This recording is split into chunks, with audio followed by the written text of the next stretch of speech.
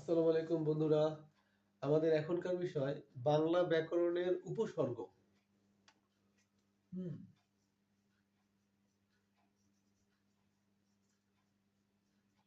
উপসর্গ। উপসর্গ কি? উপসর্গ হলো বাংলা ভাষায় এমন কতগুলো অব্যয়সূচক শব্দ রয়েছে যেগুলো স্বাধীন পদ হিসেবে বাক্যে ব্যবহৃত হতে পারে না। এগুলো অন্য শব্দের পূর্বে বসে শব্দের সংকোচন, সম্প্রসারণ, বিভিন্ন পরিবর্তন ঘটায়। হ্যাঁ? উপসর্গ আমরা জানি ৩ প্রকার। কি কি? ১ বাংলা উপসর্গ। বাংলা উপসর্গ হচ্ছে ২১টি। আচ্ছা।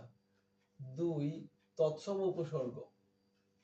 তৎসম মানে তার সমান। তৎসম উপসর্গ হচ্ছে ২০টি। আর হচ্ছে বিদেশি উপসর্গ।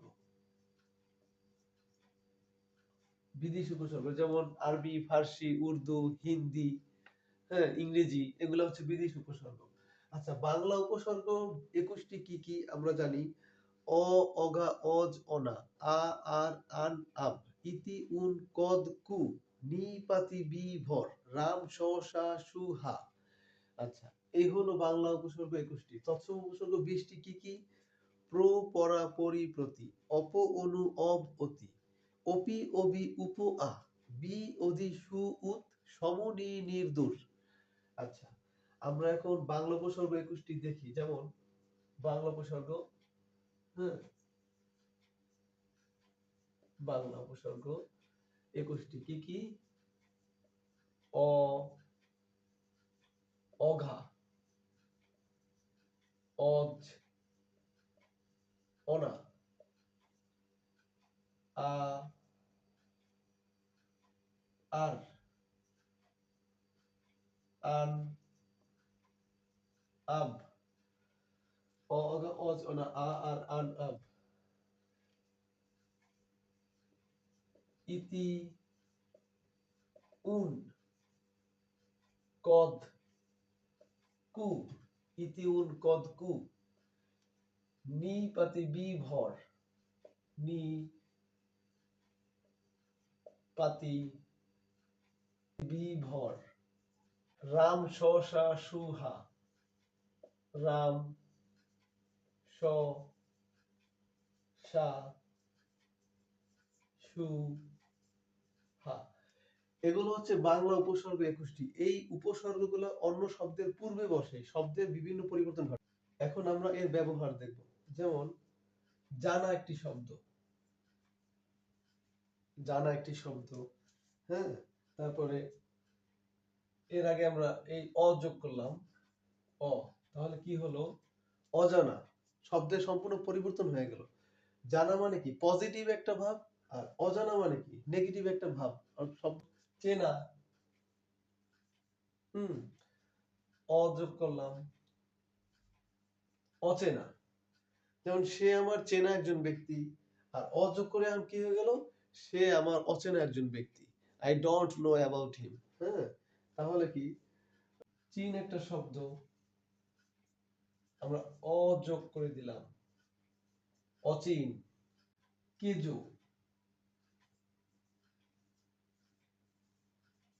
কেজো, অ, অকেজো। কেজো সাধারণত যে কাজের, যে ব্যক্তি বা বস্তু কাজের বোঝায় সেটা হলো কেজো। এখন সাধারণত আমরা কেজোটা ওইভাবে ব্যবহার করি না, কিন্তু অর সাথেই যোগ করি, অর সাথে আমরা ব্যবহার করি।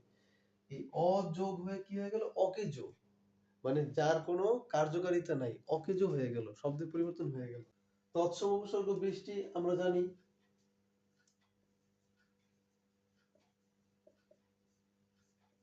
তৎসম উপসর্গ ২০টি আমরা জানি কি কি? প্র, পরা, পরি, প্রতি। প্র, পরা, পরি, প্রতি, অপ, অনু, অব, অতি। অপ, অনু, অব, অতি, অপি, অভি, অপি, অভি, উপ আ, উপ আ, অপিওবি উপ আ, তারপরে বি অধি সু উত সম নি নির দূর। 20টা হইল। প্রপরা পরিপ্রতি অপন অপতি অপিওবি উপ আ বি অধি সু উত সম নি নির দূর। 20টা হয়ে গেল তৎসম উপসর্গ। অর্থাৎ বাংলা ভাষায় বহু সংস্কৃত শব্দ হুবহু বাংলা ভাষায় চলে এসেছে, সেই সাথে সংস্কৃত উপসর্গও বাংলা ভাষায় হুবহু চলে এসেছে। হ্যাঁ, আচ্ছা, এখন আমরা কিছু প্রয়োগ দেখবো আমরা। যেমন ভাব একটি শব্দ, ভাব সাধারণ একটা মুড ভাব। এখন আমরা যদি প্র যোগ করে দেই, এই যে প্রভাব, শব্দের কিন্তু পরিবর্তন হয়ে গেল। তার খুব প্রভাব, আমরা বলি না সমাজে তার খুব প্রভাব। যেমন জয় একটি শব্দ, জয় পজিটিভ একটা ভাব বুঝাইতেছে কিন্তু জয়। এখন যদি আমরা এই পরা যোগ করি, পরা কি একটা উপসর্গ, তৎসম উপসর্গ। এখন এই পরা যোগ করলে কি হইল? পরাজয়, জয় পরাজয়, বিপরীত অর্থ হয়ে গেল। গান একটি শব্দ,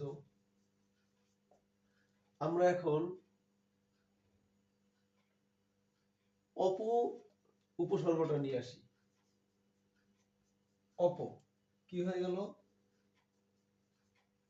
অপমান। মান যেখানে একটা একটা ভালো একটা ব্যাপারকে বুঝাইতেছে, সেখানে অপ যোগ করায় নেগেটিভ অর্থ হয়ে পূর্ণ। পরিযোগ করি, পরি পরিপূর্ণ, সম্পূর্ণ পরিপূর্ণ হয়ে গেল, শব্দ কিন্তু পরিবর্তন হয়ে গেল। এখন আমরা যাব বিদেশি উপসর্গে।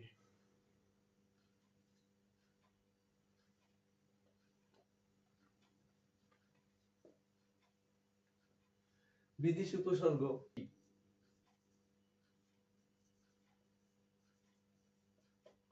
ফার্সি উপসর্গ, যেমন কার, তারপরে দর, তারপরে হচ্ছে না, নিম। আচ্ছা, আমরা এর প্রয়োগ দেখি। যেমন খানা একটি শব্দ, কার উপসর্গটা আমরা নিয়ে আসি। কার, কারখানা, অর্থাৎ কি হলো? শব্দের পরিবর্তন হয়ে গেল কিন্তু, কারখানা। তারপরে যেমন দালান, দালান, দর, আমরা দর এখানে নিয়ে আসি, দর দালান, পরিবর্তন হয়। আচ্ছা, তারপরে এবার হলো আরবি উপসর্গ, বিদেশির আরবি উপসর্গ। আরবি উপসর্গ যেমন আম, খাস, লা। আমরা এর প্রয়োগ দেখি, যেমন মুক্তার, মুক্তার। আম উপসর্গটা নিয়ে আসি,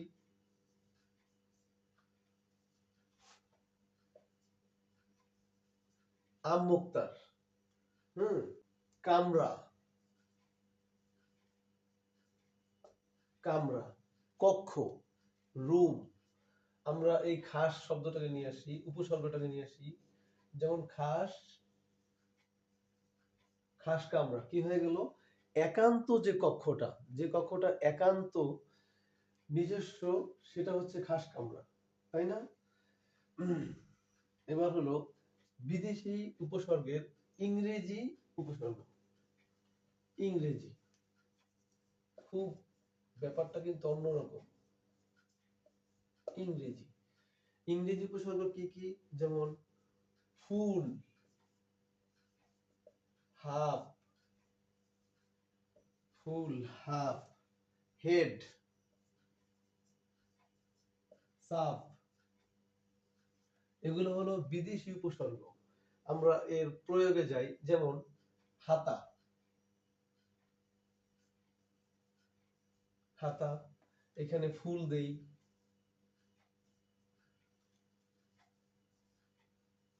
ফুল হাতা। অর্থাৎ হাতার, যখন শুধু হাতা বুঝাবে বলবো, তখন আমরা হাতাটা ফুল বা হাফ বোঝা যায় না, কিন্তু যখন ফুল দিয়ে দিলাম তখন ফুল হাতা হয়ে গেল। আচ্ছা, হাফ, হাফ হাতা, তাহলে হাফ হাতা। এখন ফুল দিয়ে সম্পূর্ণ হাতাটাকে বুঝাইতেছে, আর হাত দিয়ে হাতার অর্ধেকটাকে বুঝাইতেছে। তারপরে যেমন সাব, সাব একটা উপসর্গ। রেজিস্টার,